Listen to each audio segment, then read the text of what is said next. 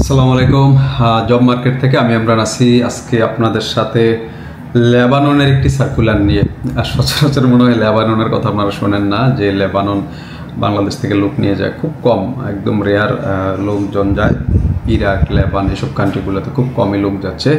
তবে 100% যারা যাবেন ম্যান পাওয়ার হয়ে যাতে আপনাদের প্রসেসটা হয়, এই দিকটা আপনারা খেয়াল রাখবেন।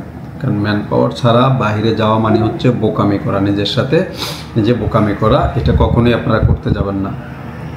একদম 100% অথেন্টিক হয়েতে আপনারা বাইরে যাওয়ার চেষ্টা করবেন।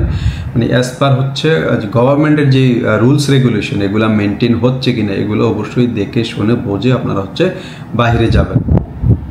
তো আমি এখন লেবাননের যেই কথাটা বলতে যাচ্ছিলাম, এটা হচ্ছে লেবাননের একটি স্বনামধন্য কোম্পানি, ওরাই হচ্ছে স্পন্সর করে হচ্ছে এই লোকগুলো নিয়ে যাবে, যেটা হচ্ছে এগ্রিকালচার লেবার।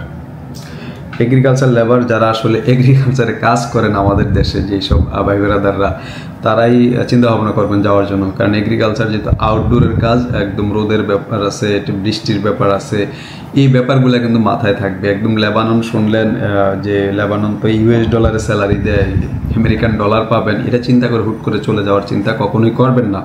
যেহেতু কাজ বাহিরে, আপনাকে সার্বিক চিন্তা ভাবনা করে যেতে হবে। এখন তো আপনি চাইলেই ঘরে এসে বসে থাকতেছেন, শুয়ে থাকতেছেন, এরকম ব্যাপারটা এরকম। কিন্তু ওখানে যখন আপনি প্রজেক্টে কাজ করবেন, তখন আপনার জেনারেল যে ডিউটিটা, সর্বক্ষণ কিন্তু আপনাকে বাইরে থাকা লাগবে, রোদ বৃষ্টি যেটাই থাকুক না কেন। আর লেবাননের দেশগুলোতে বৃষ্টি অবশ্য কমই হবে, রোদটাই বেশি পাবেন। তো যাই হোক, এটার স্যালারি হচ্ছে $400 খাবার নিস, $400 খাবার নিস, ডিউটি হবে 9 ঘন্টা। হ্যাঁ, ডিউটি 9 ঘন্টা। ইকামা ও বাসস্থান এগুলা সম্পূর্ণ ফ্রি। বয়সের কন্ডিশন দিয়েছে ওনারা 21 থেকে 35-এর মধ্যে। তো যারা কমন কান্ট্রিগুলো ছেড়ে আনকমন দেশগুলোতে যেতে চান, তারা সচরাচর খারাপ না, ভালোই থাকে। তবে ওখানে লোকজনের যাওয়ার পরিধি কম থাকে এবং বাংলাদেশি ভাই বেরাদার যারা আছে তাদের একটু কম পাবেন।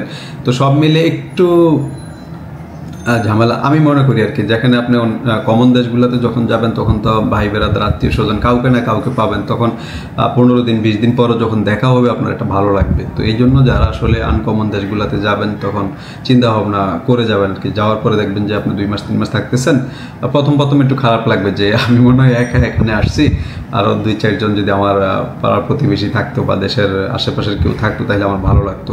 তো এখন বাংলাদেশিরা মোটামুটি সব দেশেই সব জায়গায় আছে, খুঁজে বের করে নিতে হবে আর কি। তো যারা লেবানন অ্যাটলিস্ট যেতে আগ্রহী, তারাই শুধু যোগাযোগ করবেন। এবং এগ্রিকালচার লেবারে কাজ করার মন মানসিকতা যদি আপনাদের থাকে, শুধু তারাই।